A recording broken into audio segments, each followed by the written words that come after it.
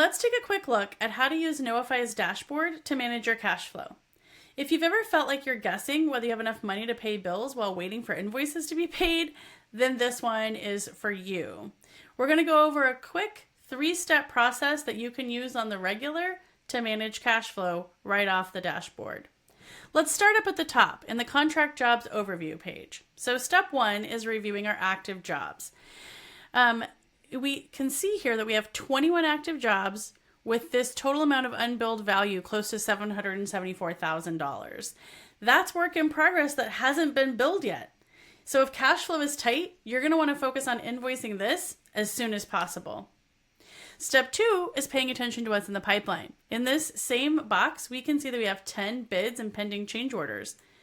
That opportunity value is almost $444,000.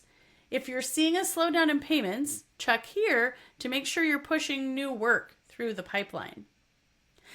All right, and then step 3, we're going to pay attention to our open invoices and open bills.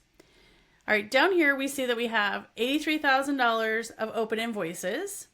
We can see that 35,000 of them aren't due yet, and $203,000 is what was paid in the last 30 days. So we can kind of keep an eye on how money is coming in and flowing through.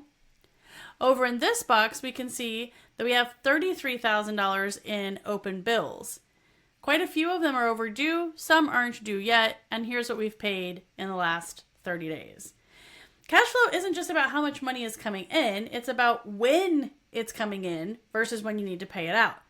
So let's move on to how to time your invoices and expenses properly.